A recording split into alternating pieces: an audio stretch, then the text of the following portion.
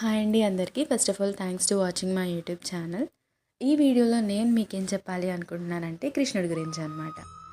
So ఆయన అంత పెద్ద గొప్ప జీవన వేదంలో నేను ఒక చిన్న విషయాన్ని మీకు కమ్యూనికేట్ చేయాలనుకుంటున్నాను అనమాట. ఫస్ట్ ఆఫ్ ఆల్ ఒక విషయాన్ని ఆలోచించండి. తల్లి కాబట్టి యశోదాదేవి ఇష్టపడింది. ఏ అవసరం ఉందని 16,000 గోపికలు ఆయన్ని ప్రేమించారు. దేనికోసం? 60 ఏళ్ళ భామ కూడా ఆయన్ని ఆరాధించింది. అదే కృష్ణ అవతారంలో ఉన్న ఒక గొప్ప విషయం. అందరికీ ఆయన నచ్చుతాడు, అందరినీ ఆయన ఆనందపరుస్తారు. ఒక విషయం చెప్పాలి అనంటే తన జీవితాన్ని ఒక జీవన వేదంగా, ఈ ప్రపంచం ఎలా ఉండాలి, ఒక మనిషి తన జీవితాన్ని ఎలా బతకాలి అనే విషయాన్ని తెలియజేయడానికి ఆవిర్భవించిన విష్ణు అవతారమే ఈ కృష్ణ అవతారం. మనందరికీ తెలుసు కదా ఒక విషయం, కృష్ణుడు తన మాటలతో ఎవరినైనా కూడా కూల్ చేసేస్తాడు. ఇంకొకటి, ఎవరితో అయినా పని కూడా చేయించేసుకోగలుగుతాడు. ఈ విషయం మీకు అర్థం అవ్వాలి అంటే ఒక చిన్న విషయం చెప్పమంటారా? బలరాముడితో ఎన్నో అల్లరి పనులు చేపించి ఆయన మాత్రం తప్పించుకున్నారు. బలరాముడిని ఇరికించేశారు, అది వేరే విషయాలే అండి.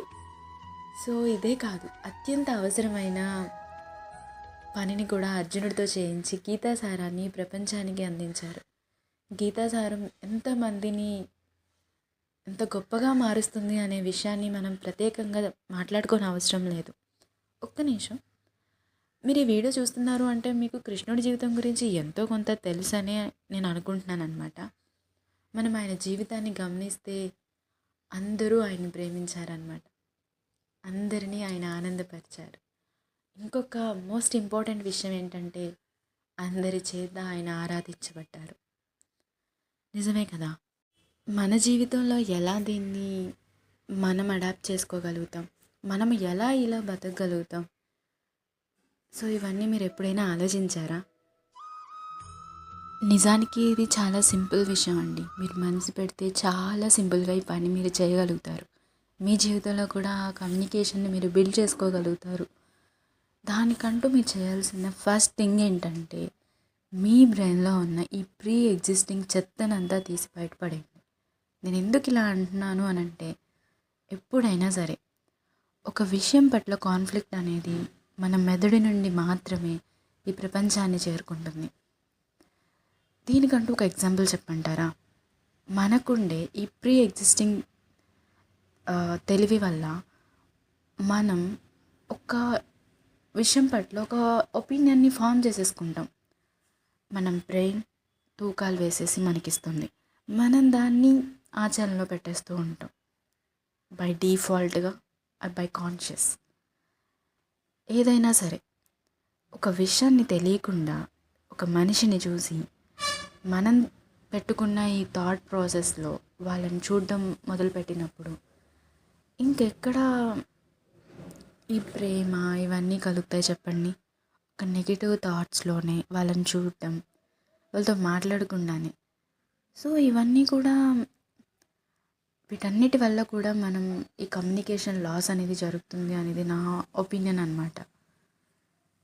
అండ్ ఆల్సో మన చుట్టూ ఉన్న జనాల్ని మీరు ప్రేమగా ఇన్నోసెన్స్తో చూడటం మొదలుపెట్టండి. మీకు వారి పట్ల కైండ్ నేచర్ అనేది ఫామ్ అవుతుంది. ఇలా ఉన్న మీరు ఈ ప్రపంచాన్ని జయించగలుగుతారు.